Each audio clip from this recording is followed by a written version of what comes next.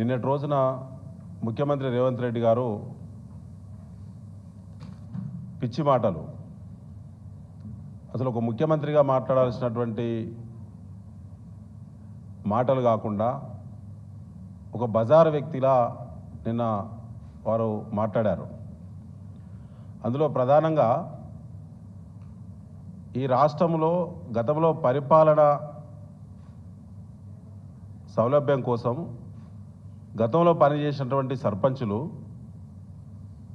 గ్రామాభివృద్ధి కోసం తమ వంతు కృషిలో భాగంగా వారు అభివృద్ధికి ముందుకొచ్చి పనులు చేసినటువంటి బిల్లులను చెల్లించే విషయంలో నేను చాలా దిగజారి మాట్లాడాను, మాకేం సంబంధం అని చెప్పి.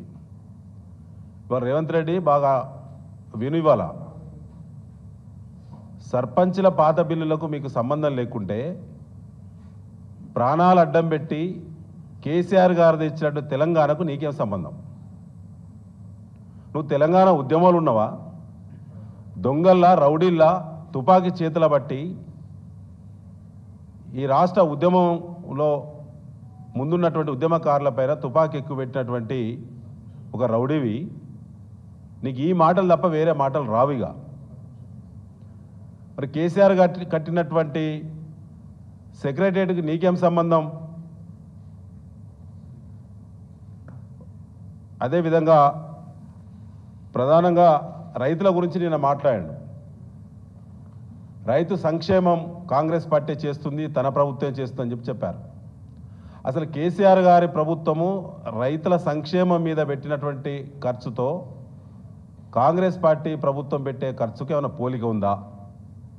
కేసీఆర్ గారు వచ్చిన తర్వాతనే నిజమైనటువంటి రైతు రాజ్యం వచ్చింది.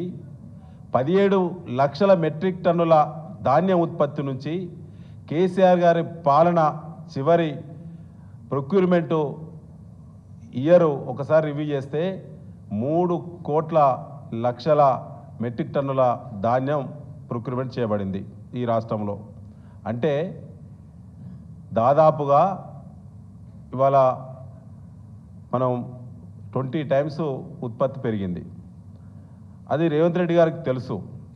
కానీ వారి మాటలు ఎట్లా అంటే దొంగే దొంగ అన్నట్టు వారు ప్రతిదీ బట్టగాల్చి మీదేసేటువంటి ఒక దుష్ప్రచారకుడు తప్ప అతను తెలంగాణ పాలకుడు కాదు, కాజాలడు.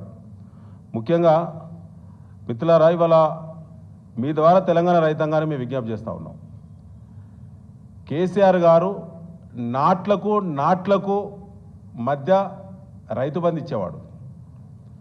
ప్రతి సంవత్సరానికి 2 సార్లు నాట్లు వచ్చిన సమయం ముందే పెట్టుబడి కోసం రైతు బంధు ఇచ్చేవాడు.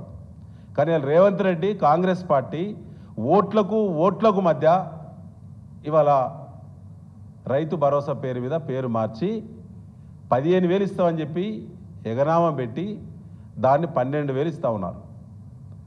అది కూడా ఇప్పటి వరకు 25,000 రూపాయలు ఒక ఎకరా ఉన్నటువంటి దళిత గిరిజన బలైన వర్గాల రైతులకి ఎకరాకు 25,000 రూపాయలు బాకీ పడ్డాడు రేవంత్ రెడ్డి.